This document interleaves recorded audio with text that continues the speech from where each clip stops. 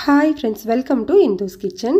இன்றைக்கி நம்மளோட கிச்சனில் ரொம்ப சிம்பிளான, ரொம்பவே ஹெல்தியான, ரொம்பவே டேஸ்டான கர்நாடகா ஸ்பெஷல் பரங்கிக்காய் கடுபு எப்படி செய்கிறதுன்னு பார்க்கலாம்.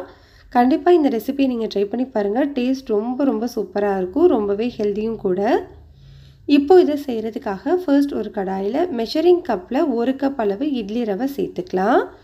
இட்லி ரவை நல்லா பொடியான ரவையாக பார்த்து எடுத்துக்கோங்க. ஸ்டவ்வை லோ டு மீடியம் ஹீட்டில் வச்சுட்டு இந்த ரவையிலேருந்து நல்லா வாசனை வந்து லைட்டாக கலர் மாறுற வரைக்கும் வறுத்துக்கலாம். பாருங்கள், இந்த அளவுக்கு நல்லா வறுப்பட்டதுக்கு அப்புறமா இதை ஒரு பிளேட்டில் கொட்டி ஆற வச்சுக்கோங்க. இப்போ இதை செய்கிறதுக்காக நான் ஒரு 1/4 கிலோ அளவு பரங்கிக்காய் எடுத்திருக்கேன். பரங்கிக்காயில் இருக்கிற இந்த மேல் தோலை இந்த மாதிரி கட் பண்ணி எடுத்துட்டு அதுக்கப்புறமா இந்த மாதிரி ஒரு கிரேட்டர் வச்சு துருவி எடுத்துக்கலாம். நான் 1/4 கிலோ அளவு பரங்கிக்காயுமே துருவி எடுத்திருக்கேன் பாருங்கள். இப்போ இது தனியாக இருக்கட்டும். நம்ம ஏற்கனவே வறுத்து வச்சுருந்த ரவை வந்து நல்லா ஆறிடுச்சு. ஆறினதுக்கப்புறமா இதை ஒரு பாத்திரத்துக்கு மாற்றி வச்சுருக்கேன். இப்போது இந்த இட்லி ரவை கூட நம்ம துருவி வச்சுருக்கிற பரங்கிக்காயையும் சேர்த்துக்கலாம். இது ரெண்டையுமே உங்களோட கை வச்சு நல்லா அழுத்தி ஒரு நிமிஷத்துக்கு பிசைஞ்சு விட்டுக்கோங்க. தண்ணி எதுவுமே எக்ஸ்ட்ரா சேர்க்கக்கூடாது. அந்த பரங்கிக்காயில் இருக்கிற தண்ணியை வச்சு நல்லா அழுத்தி பிசைஞ்சிக்கலாம். நல்லா இந்த மாதிரி ஈவனாக மிக்ஸ் பண்ணதுக்கப்புறமா இதில் 2 டேபிள் ஸ்பூன் அளவு சின்னதாக கட் பண்ண தேங்காய் சேர்த்துக்கோங்க. இது கூட ஸ்வீட்னஸ்க்காக நான் ஒரு 3 டீஸ்பூன் அளவு நாட்டு சர்க்கரை சேர்த்துக்கிறேன். உங்களுக்கு ஸ்வீட்னஸ் கொஞ்சம் அதிகமாக வேணும் அப்படின்னா நீங்கள் 4லேருந்து 5 டீஸ்பூன் அளவு கூட நாட்டு சர்க்கரை சேர்த்துக்கலாம். உங்களுக்கு வேணும்னா வாசனைக்காக இது கூட 1/2 டீஸ்பூன் ஏலக்காய் தூள் கூட சேர்த்து மிக்ஸ் பண்ணிக்கலாம். இப்போ இது எல்லாத்தையுமே நல்லா ஈவனாக மிக்ஸ் பண்ணி விட்டுக்கோங்க.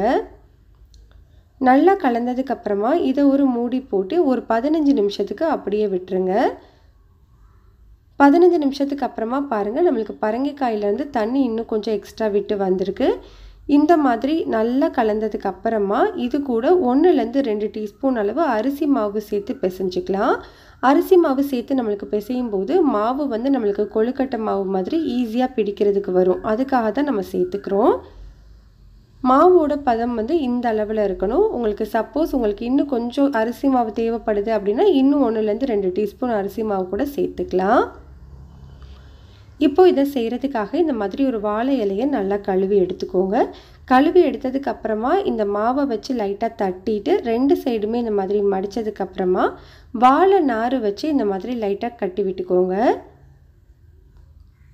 இதே மாதிரி நம்ம எல்லாத்தையுமே செஞ்சு எடுத்துக்கலாம். பாருங்கள், நான் எல்லாத்தையுமே செஞ்சு எடுத்திருக்கேன். இப்போ இதை நம்ம வேக வச்சுக்கலாம்.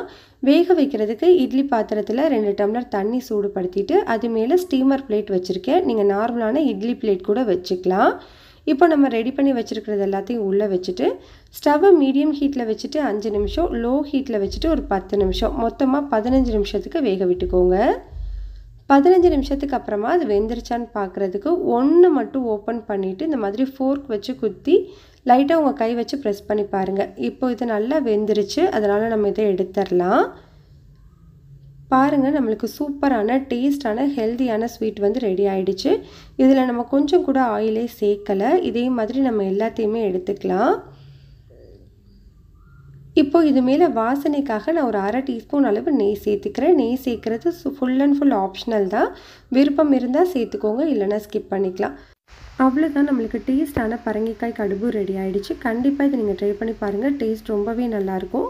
பிடிச்சிருந்தால் லைக் பண்ணி, ஷேர் பண்ணி, கமெண்ட் பண்ணி, சப்ஸ்கிரைப் பண்ணி.